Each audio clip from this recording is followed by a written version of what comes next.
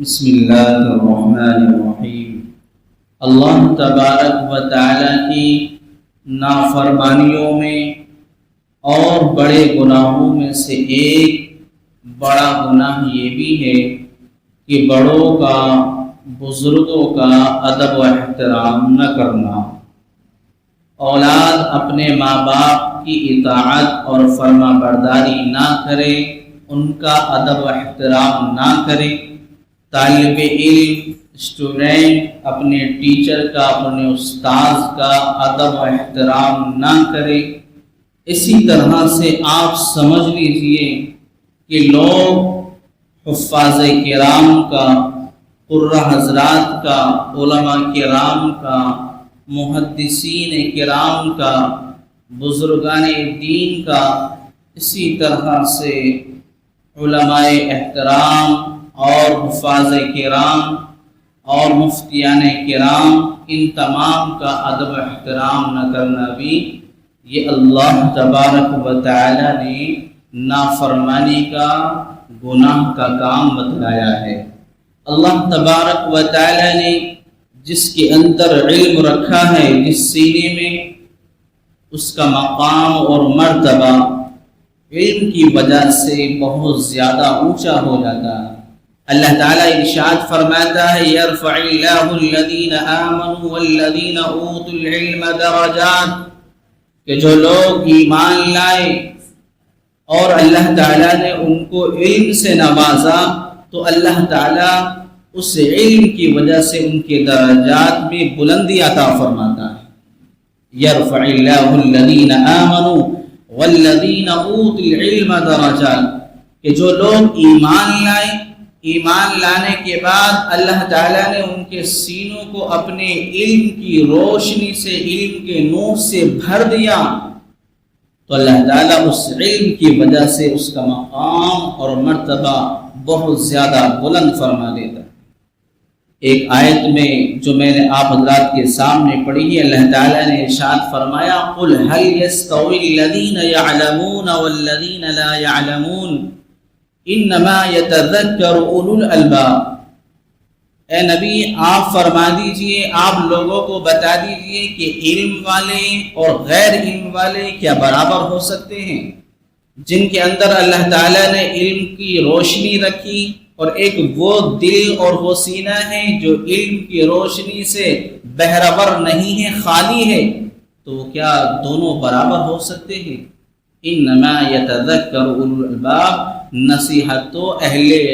عقل والے ہی حاصل کرتے ہیں۔ اللہ کے رسول صلی اللہ علیہ وسلم نے ایک حدیث کے اندر ارشاد فرمایا العلماء ورثۃ الانبیاء، کہ علماء انبیاء کے وارث ہیں، اور انبیاء درہم اور دنانیر کے وارث نہیں بنایا کرتے، وہ تو اپنے علم کے وارث بناتے ہیں۔ تو گویا اللہ تبارک و تعالیٰ نے علم سے نوازا اور حفاظ کرام سے نوازا، تو یہ مقام اور مرتبہ اس علم کی وجہ سے اللہ تبارک و تعالیٰ بہت اونچا کر دیتا ہے۔ یرفع اللہ الذین آمنوا والذین اوتوا العلم درجات۔ اسی طرح سے یہ حفاظ کرام، یہ علماء کرام، یہ محدثین کرام، یہ مفتیان اعظام، یہ آسانی سے نہیں بنا کرتے، ان کے اندر بڑی محنت کی ضرورت پڑتی ہے۔ مدرسے میں 10 سے 15 سال صرف کرنے پڑتے ہیں، تب جا کر کے ان کو وہ ڈگری حاصل ہوتی ہے جس کو سند کہا جاتا ہے کہ یہ فارغ التحصیل ہیں اور یہ عالم صاحب ہیں، حافظ صاحب ہیں، یا قاری صاحب ہیں، یا مفتی صاحب ہیں۔ 10-15 سال ان کو علم کی تلاش میں لگ جاتے ہیں، تب جا کر کے یہ کچھ کام ان کے آتا ہے کہ علم ان کے سینے میں اللہ تعالیٰ محفوظ کر دیتا ہے، جس کی وجہ سے پھر اللہ تعالیٰ اس علم کی وجہ سے ان کے مقام کو اور مرتبے کو بلند فرما دیتا ہے۔ اس لیے ہمارے اور آپ پر یہ ذمہ داری ہے اور ضروری ہے، اور یہ غیر اہل علم نہیں بلکہ اہل علم جو حفاظ کرام ہیں، جو علماء کرام ہیں، جو مفتیان اعظام ہیں، جو ائمہ حضرات ہیں، ان پر بھی ضروری ہے، جیسے ایک عام آدمی پر ضروری ہے کہ وہ عالم کی محنت کو سمجھ کر کے، اس کی قدر کو سمجھ کر کے اس کا ادب و احترام کریں۔ اسی طرح سے جن کو علم سے نوازا ہے، جو حافظ ہیں، قاری ہیں، مولوی ہیں، ان کے لیے بھی لازم ہے کہ وہ اہل علم کی قدر کریں اور ان کا ادب و احترام کریں۔ عالم کی فضیلت اہل علم کی وجہ سے ہے، اس کا مقام و مرتبہ علم کی وجہ سے ہے، اس کی ذاتی شخصیت کی وجہ سے نہیں ہے۔ اللہ نے اس سینے کے اندر علم کی روشنی بھر دی ہے، اللہ تبارک و تعالی نے اسی سے اس کا مقام و مرتبہ بلند فرما دیا ہے۔ اللہ کے رسول صلی اللہ علیہ وسلم نے ارشاد فرمایا کہ ان کی قدر کیجئے، یہ انبیاء کے وارث ہیں۔ اور ایک بات اور یاد رکھیں، میں ایک اہم بات آپ سے کرنے لگا ہوں کہ جس چیز کی ہمارے اندر، دل کے اندر عظمت ہوتی ہے، وہی چیز ہمیں حاصل ہوتی ہے۔ اگر آپ کے دل میں حفاظ کرام کے تعلق سے، قراء کرام کے تعلق سے، علماء کرام کے تعلق سے، مفتیان کرام کے تعلق سے اگر آپ کے سینے میں عظمت ہے، اگر آپ کے دل میں ان کا ادب و احترام ہے، تو اللہ تبارک و تعالی آپ کی نسل میں بھی، آپ کے خاندان میں بھی حفاظ کرام پیدا فرمائے گا۔ علماء کرام، محدثین کرام، مفتیان کرام آپ کی نسل سے پیدا ہوں گے۔ اور یہ تو دنیا کا اصول ہے کہ جس چیز کی اہمیت اس سینے میں نہیں رہے گی، اللہ تبارک و تعالی نسلوں کے اندر بھی وہ چیز پیدا نہیں فرمائے گا۔ آپ کے دل میں اہل علم کی وقعت نہیں ہے، اہل علم کی آپ قدر کی منزل سے نہیں دیکھتے ہیں، تو اللہ تبارک و تعالی آپ کی نسل سے بھی، آپ کے خاندان سے بھی یہ حفاظ کرام، علماء کرام، محدثین کرام پیدا نہیں فرمائے گا۔ اور ایک بات یاد رکھیں، ان علماء کی ناقدری اور ان کے ساتھ برا انجام کرنے سے اپنے آپ کو بچائیں۔ اگر آپ کسی اہل علم کی ناقدری کر رہے ہیں، آپ ان کے ساتھ بدتمیزی کے ساتھ پیش آ رہے ہیں، ان کی برائی کر رہے ہیں، یا اسی طرح سے ان کو برا بھلا کہہ رہے ہیں، تو میں نہیں کہتا، یہ تو قرآن پاک میں اللہ تبارک و تعالی ایک آیت کے اندر ارشاد فرماتا ہے، وَلَئِن سَأَلْتَهُمْ لَيَقُولُنَّ إِنَّمَا كُنَّا نَخُوضُ وَنَلْعَبُ قُلْ أَبِاللَّهِ وَآيَاتِهِ وَرَسُولِهِ كُنْتُمْ تَسْتَهْزِئُونَ۔ جنگ تبوک ہے اور آپ صلی اللہ علیہ وسلم حضرات صحابہ کرام کے ساتھ غزوہ تبوک میں جا رہے ہیں۔ گرمی کا زمانہ ہے،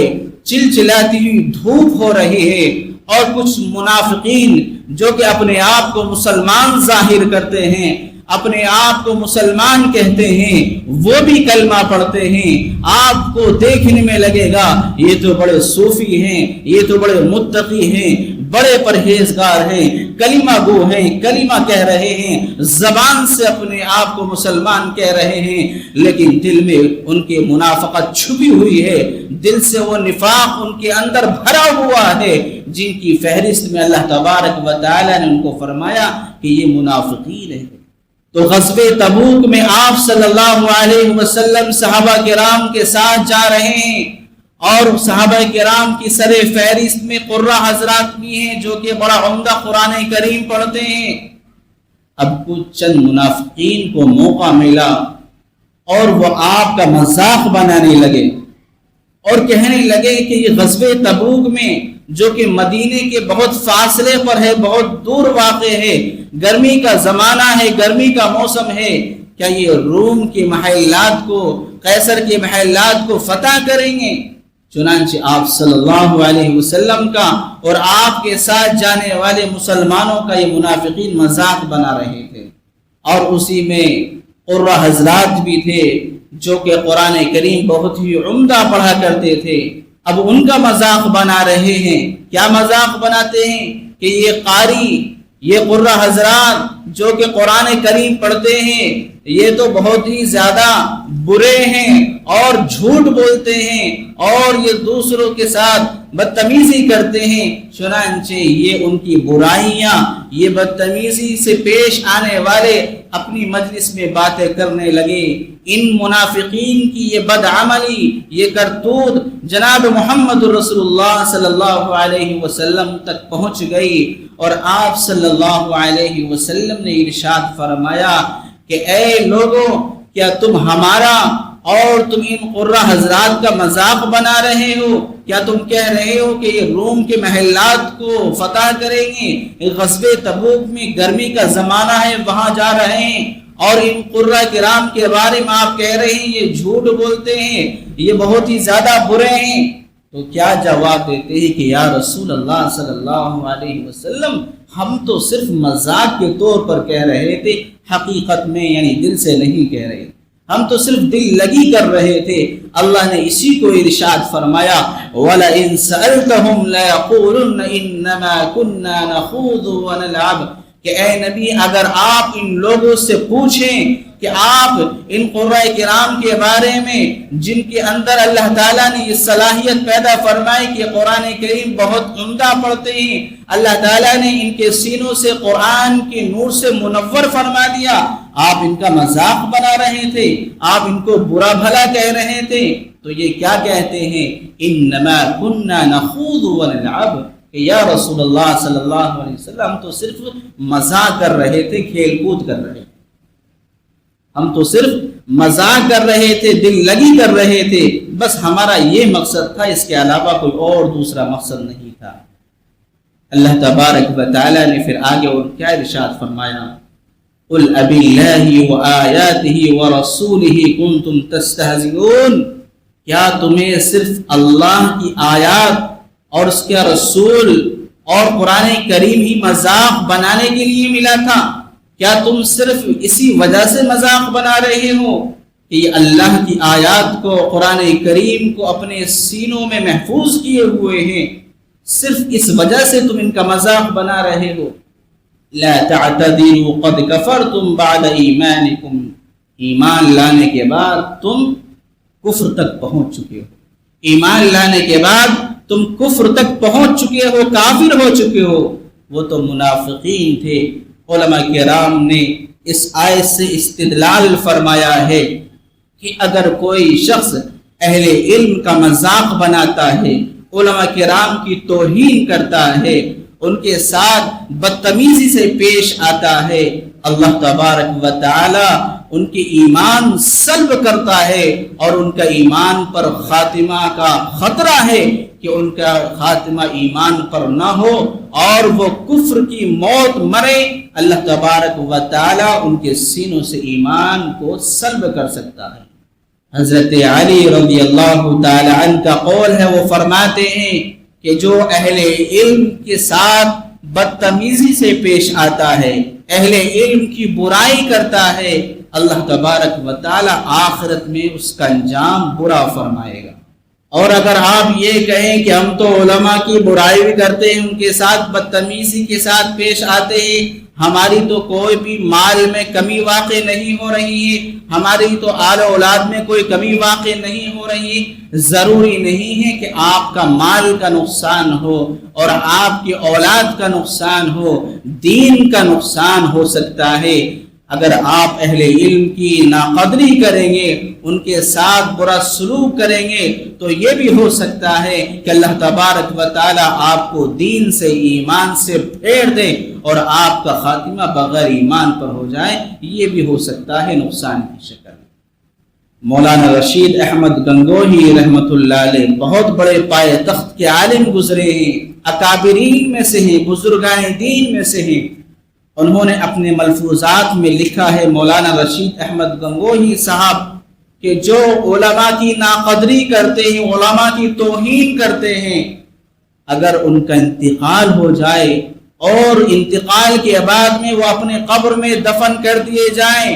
ان کی قبر کو کھول کر کے دیکھ لو، ان کا چہرہ قبلے سے پھرا ہوا نظر آئے گا۔ اللہ تبارک و تعالی نے جو ایمان کے بعد میں جو علم دیا ہے،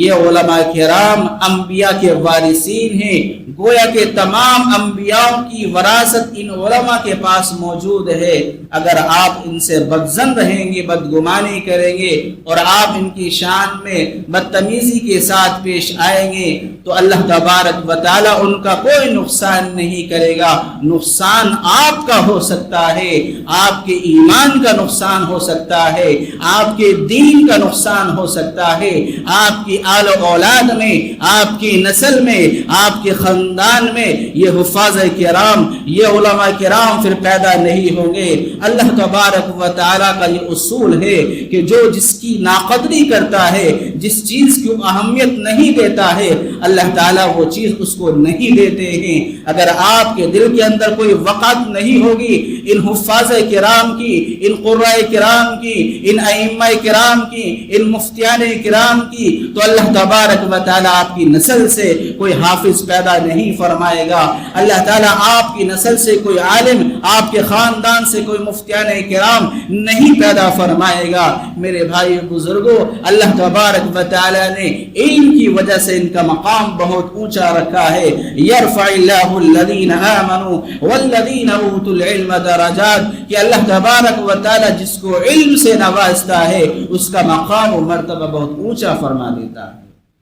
اس لیے میرے بھائی اور بزرگوں، ان کی اہمیت اور ان کی قدر کو سمجھو، اپنے دین کا نقصان نہ کرو۔ ان کی برائی کر کے، ان کو گالی دے کر کے ان کا اپنا نقصان نہیں ہے، آپ کے ایمان کا نقصان ہو سکتا ہے، آپ کے دین کا نقصان ہو سکتا ہے۔ اللہ تبارک و تعالی نے قرآن پاک میں ارشاد فرمایا تھا کہ وہ بھی چند منافقین تھے جو غزوہ تبوک پر مسلمان یعنی صحابہ کرام آپ صلی اللہ علیہ وسلم کے ساتھ جا رہے تھے۔ ان میں سے یہ قاری یعنی قراء کرام جو قرآن کریم کو اچھا پڑھتے تھے، حفاظ قرآن تھے، ان منافقین نے ان کا مذاق بنایا، ان کو برا بھلا کہا۔ اللہ تعالیٰ نے قرآن پاک میں آیت نازل فرما دی، اور اللہ تبارک و تعالیٰ نے آیت نازل فرمانے کے بعد میں یہ فرما دیا، لا تعتذروا قد کفرتم بعد ایمانکم، ایمان لانے کے بعد تم کافر ہو چکے ہو۔ گویا کہ وہ تو اندر سے منافقین تھے، ان منافقین کا انجام تو کفار سے بھی بدتر ہوگا۔ منافقین کا انجام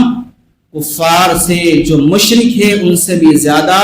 بدتر ہوگا۔ اللہ تعالیٰ کا قرآن کہتا ہے ان المنافقین فی الدرک الاسفل من النار، کہ یہ منافقین جہنم کے سب سے نچلے طبقے میں رہیں گے۔ ان منافقین کا انجام کفار اور مشرکین سے زیادہ بدتر ہوگا۔ کفار اور مشرکین کا تو کفر اور شرک کھلا ہوا تھا، لیکن ان منافقین یہ تو ظاہر میں اوپر سے تو مسلمان نظر آتے تھے لیکن دل سے یہ کافر تھے، ان کے اندر نفاق بھرا ہوا تھا۔ اللہ تعالیٰ نے ان کا انجام کفار اور مشرکین سے بھی زیادہ بدتر فرمایا ہے کہ جہنم میں سب سے نچلے طبقے میں رہیں گے۔ ان المنافقین فی الدرک الاسفل من النار ولن تجد لهم نصیرا، اور یہ اپنی مدد کے لیے کسی کو پکاریں گے تو ان کی پکار کو سننے والا سوائے اللہ کے وہاں پر کوئی بھی نظر نہیں آئے گا، لیکن اللہ تعالیٰ بھی ان کی کوئی بھی مدد نہیں کرے گا۔ اس لیے میرے بھائی اور بزرگوں، اللہ تبارک و تعالی سے دعا ہے کہ اللہ تعالیٰ مجھے بھی اور آپ کو بھی اہل علم کی قدر کرنے کی توفیق عطا فرمائے۔ آمین۔ وآخر دعوانا الحمدللہ رب العالمین۔